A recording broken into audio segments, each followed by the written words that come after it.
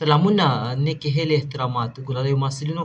په دې ویډیو کې په دې باندې کار کوو چې څنګه کولی شو خپل کمپیوټر ریسیټ کړو، همدا اګزسټینګ وینډوز بیا را انسټال کړو. صحیح ده. د هغې دپاره به تاسو ملګرو ایډوانس ریکوري آپشن یا ایډوانس سټارټ اپ آپشن ته راځئ. دلته د تګ دپاره مختلفې لارې دي چې تاسو ته موږ د کورس په جریان کې ښودلي دي. په ټربل شوټ باندې به کلیک کوئ. کله چې موږ په ټربل شوټ کلیک وکړو ملګرو، دلته تاسو ته دوه آپشنې درکوي چې یو ایډوانس آپشن دی او بل ریسیټ دی. تاسو به ریسیټ دیس پی سي باندې کلیک وکړئ. دلته هم ملګرو تاسو ته دوه آپشن درکوي. نمبر 1 چې دی کیپ مای فایلز، که چې تاسو دغه باندې کلیک وکړئ په دې آپشن باندې، څه به وشي؟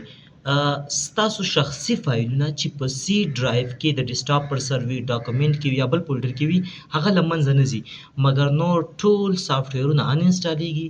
کوم ډرایورز چې تاسو د انسټالیشن د وینډوز انسټالیشن نه وروسته کړي وي هغه هم له منځه ځي، او د ده سره تاسو چې کوم اپډیټ کړي وي هغه هم له منځه ځي. نو که تاسو چیرته غواړئ چې وینډوز ریسیټ کړئ خو شخصي فایلونه مو له منځه لاړ نه شي، بیا دغه آپشن ووهئ. دلته به تاسو نه ستاسو یوزر نیم اکاونټ تاسو ته شو شي او تاسو به دلته د هغه پاسورډ ووهئ. کله مو چې پاسورډ ووهه، تاسو به کنټینیو واخلئ.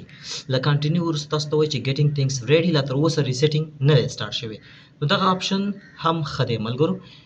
کله چې تاسو ریسیټ آپشن باندې کلیک وکړو، تاسو ته به ستاسو دغه وینډوز مکمل بیا ری انسټال شي او ستاسو همغه زوړ یوزر اکاونټ به وي، یوزر به وي، پاسورډ هر څه به همغه زاړه وي.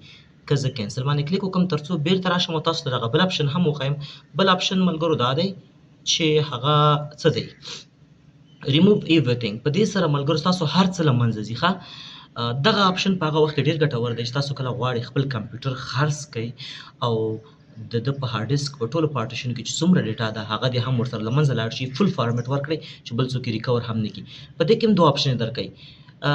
ټوله ډیټا د شخصي فایلونه هر څه دې له منځه وړمه. لومړنی آپشن کې درته وایي یوازې په هغه ډرایو کې چې پارټیشن کې چېرته چې ستا وینډوز انسټال ده، د هغه نه هم شخصي فایلونه له منځه یوسم، ستاسو ډیسکټاپ پر سر څه وي یا ډاکومنټ کې یا بل فولډر کې. دویم آپشن دا دی معنی آل ډرایو، نه، په سی ډرایو، په ډي ډرایو، په ای ډرایو، په هر ډرایو کې چې مې هر څه ډیټا یې له منځه یوسه. دغه آپشن تاسو هغه وخت کې ګټه اخیستی شئ چې تاسو کله غواړئ خپل کمپیوټر خرڅ کړئ، د هغه پر مهال ډېر ښه دی. نو دې ملګرو تاسو کولی شئ چې خپل کمپیوټر لیزي ریسیټ کړئ. یاد وساتئ ریسیټ تاسو یوازې هغه وخت کامیابېدی شي کله چې تاسو ریکوري پارټیشن کې د وینري ډاټ ویم په نامه یو فایل شتون ولري، هغه هلته وي. که تاسو ری ایجنسي سلاش انیبل کمانډ ووهئ نو هلته دغه وینري ډاټ ویم فایل شتون ونه لري، بیا ستاسو کمپیوټر نشي ریسیټ کېدی.